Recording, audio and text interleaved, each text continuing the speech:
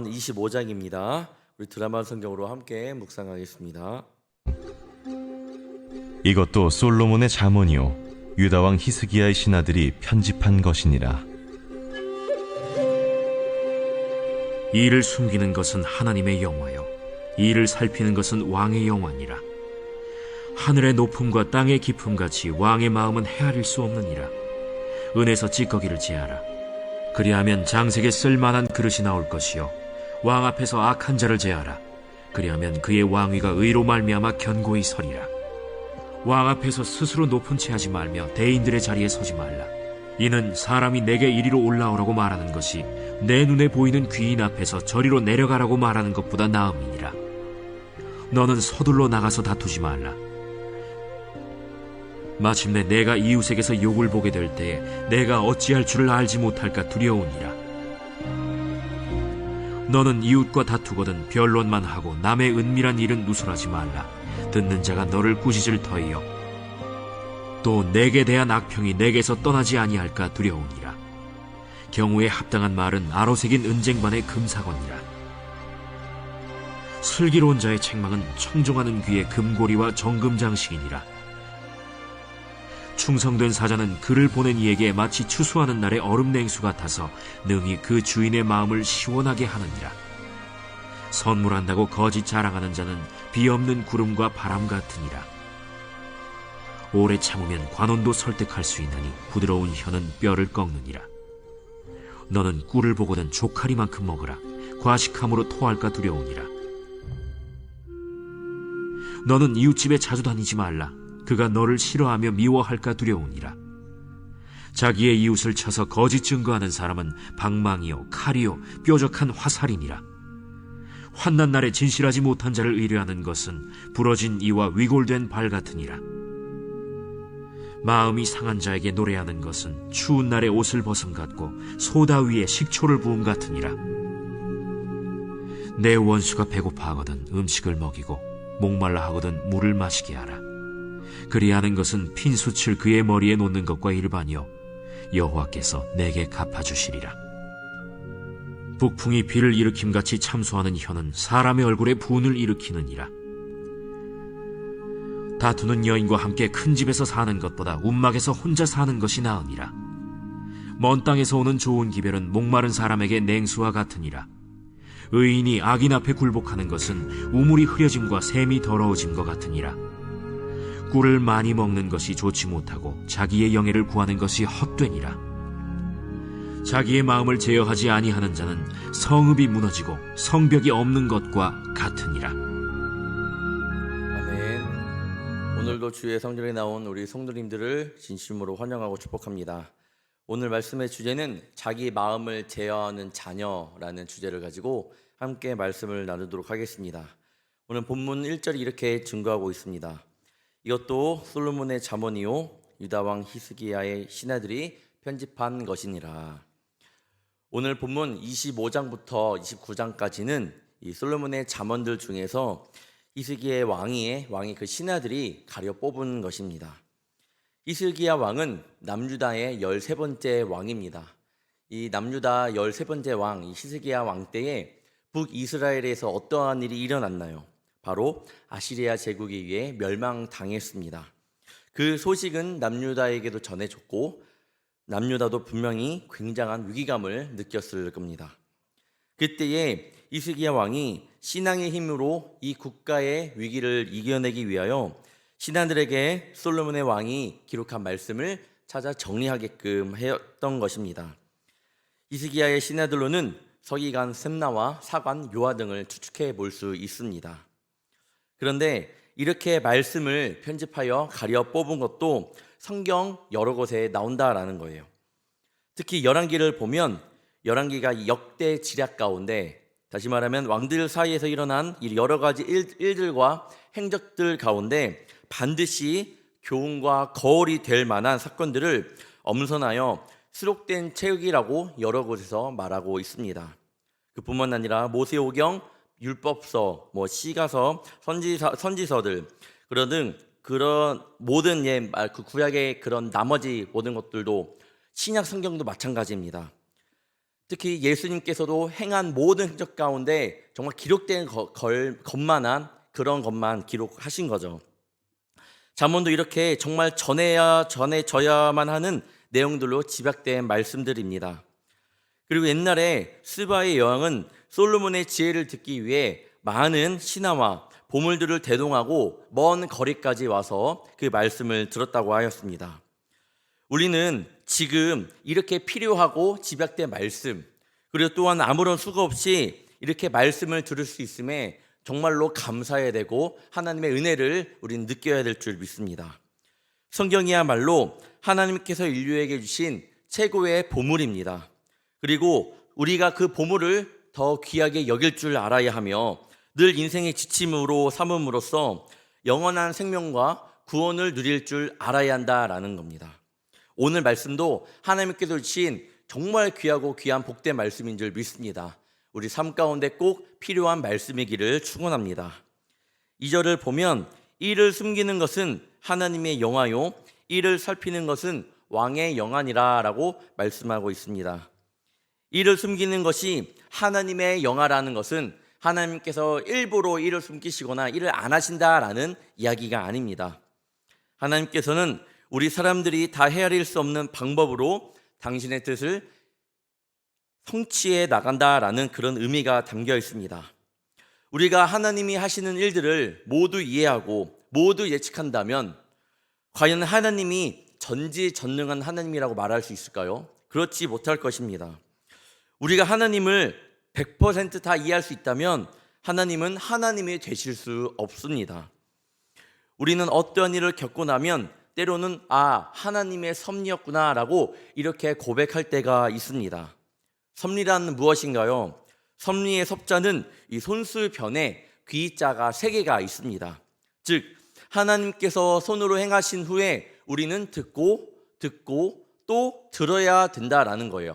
그때 하나님의 섭리를 느낄 수 있음을 말하고 있습니다. 하나님의 행하심은 인간이 이해할 수 없기 때문입니다. 하나님은 인간의 지식으로 알 수 없는 방법으로 하나님의 뜻대로 이 세상을 주관하시고 이끌어가고 계십니다. 우리는 그 믿음 안에서 듣고 또 들음으로 순종해야 합니다. 반면에 이를 살피는 것은 왕의 영화라고 이야기합니다. 이를 살필 때에도 가장 중요한 것은 바로 듣는 마음이 아닐까 싶습니다. 단지 내 생각대로 하는 것이 아닌 상대방의 마음을 듣고 그런 일이 어떻게 진행되었는지 그 상황을 듣고 그렇게 나라를 다스리는 것이 왕의 역할임을 말합니다. 솔로몬도 1천번제 후에 기도할 때 듣는 마음을 종에게 주사라고 이렇게 말을 합니다. 그러면서 주의 백성을 재판하여 선악을 분별하게 하여 주옵소서라고 고백하는 것을 볼 수 있습니다. 이처럼 듣는 것이 굉장히 중요합니다. 하나님께서는 우리를 왕같은 제사장, 영적인 제사장으로 불러주셨습니다. 이 세상을 살아가는 데 있어서 우리는 주장만 하는 것이 아니라 우리의 생각과 우리의 말만 하는 것이 아니라 상대방의 이야기를 들을 줄 알아야 되고 이웃들의 아픔에 귀를 기울일 줄 알아야 되고 어떤 일을 만났을 때 그냥 내 생각대로 바로바로 판단하기보다는 지혜로운 마음을 가지고 그 이야기를 듣고 또한 선악을 잘 구별할 줄 알아야 됩니다. 이어서 4절 5절 보겠습니다. 은에서 찌꺼기를 제하라. 그리하면 장색에 쓸만한 그릇이 나올 것이요 왕 앞에서 악한 죄를 제하라. 그리하면 그의 왕위가 의로 말미암아 견고히 서리라. 은광에서 은을 캐면 은만 나오는 것이 아니라 그 안에 불순물까지 나옵니다.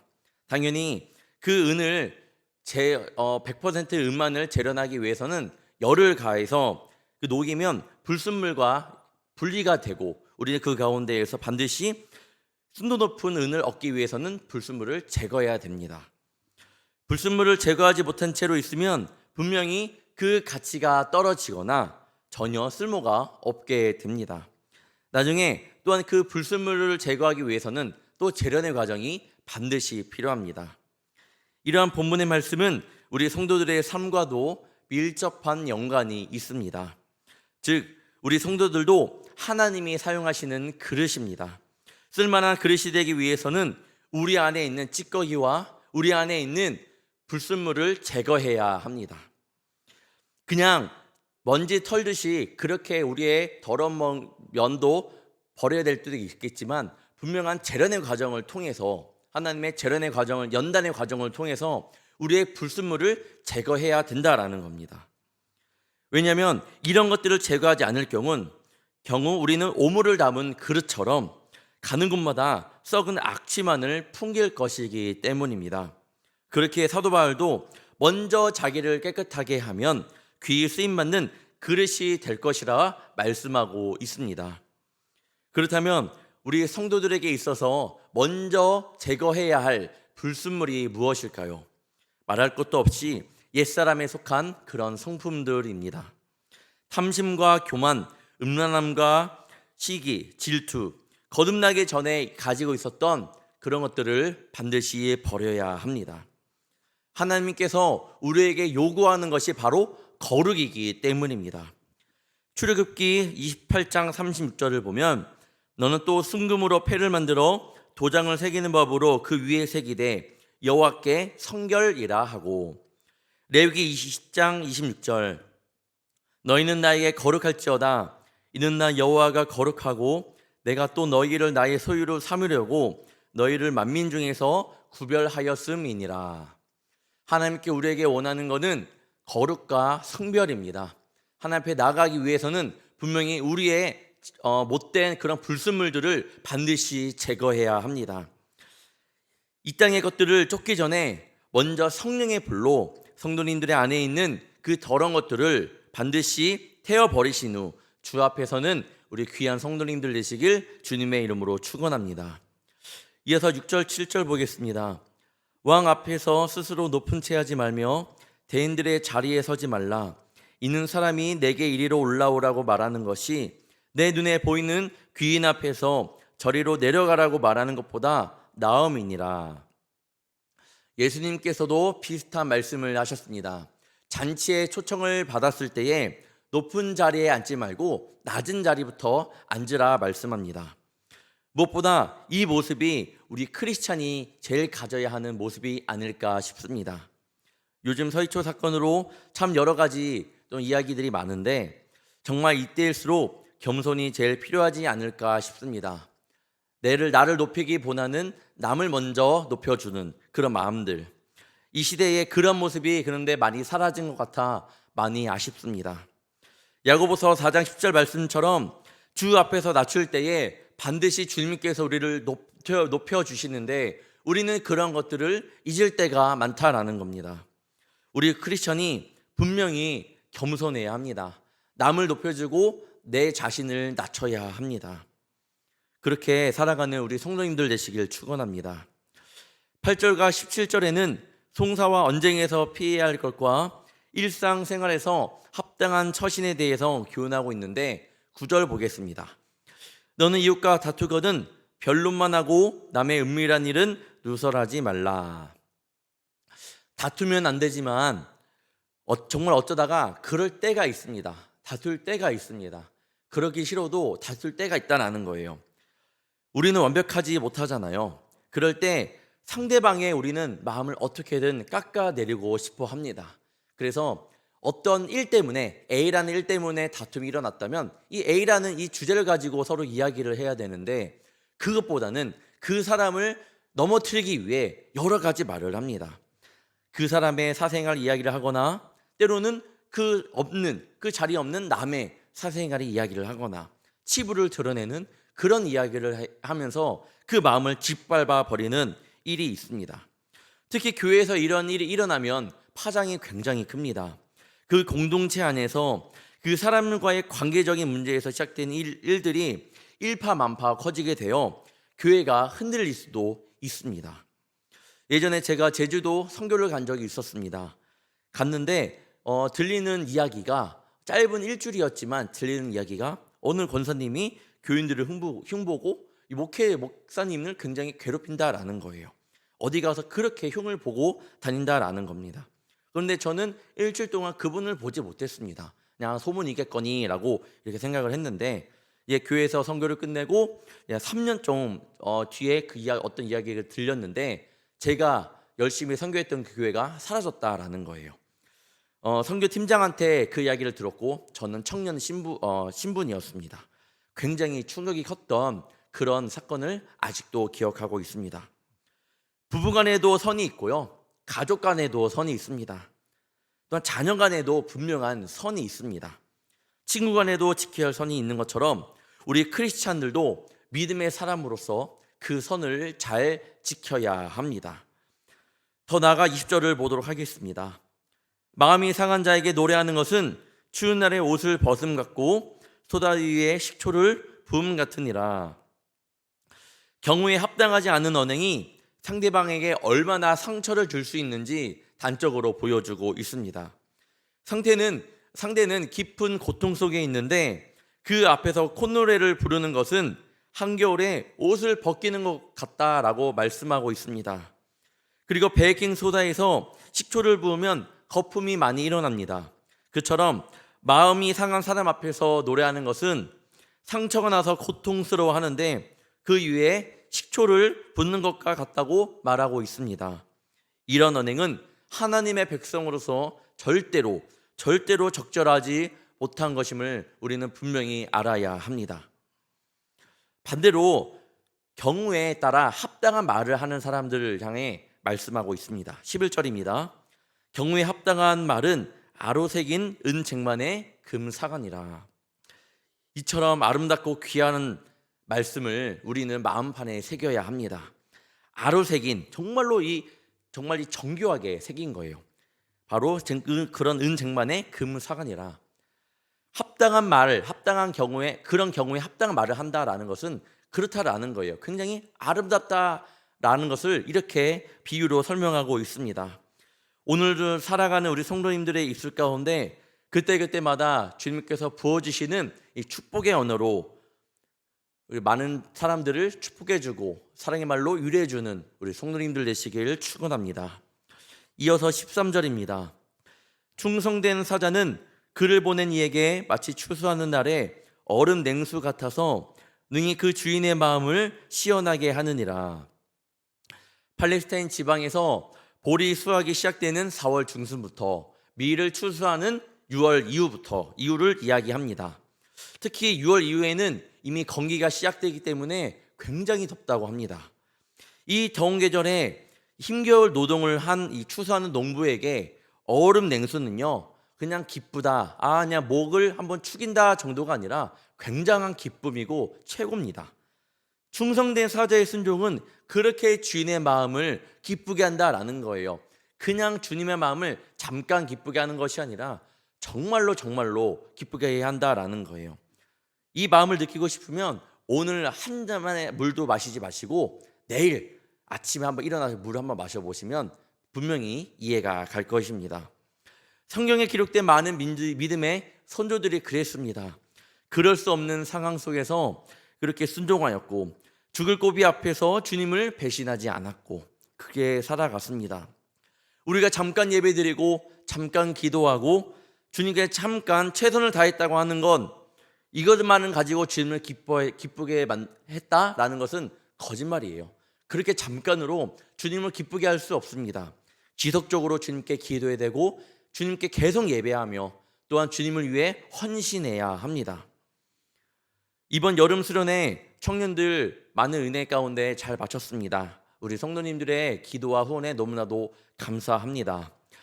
우리가 이제 말씀을 듣고 9시 35분 정도 됐습니다. 그래서 청년들 제가 그날 어떻게 기도하고 어떻게 기도할까라고 생각하는 도중에 청년들이 스스로 기도하는 것이 쉽지 않잖아요. 요즘에 우리 성도님들도 1시간 이상 기도하시는 분이 많이 계신 않는데 우리 청년들도 그게 좀 훈련이 필요한 것 같다라고 마음을 먹고 그래 개인 기도 시간을 일단 가져보자라고 생각을 했습니다.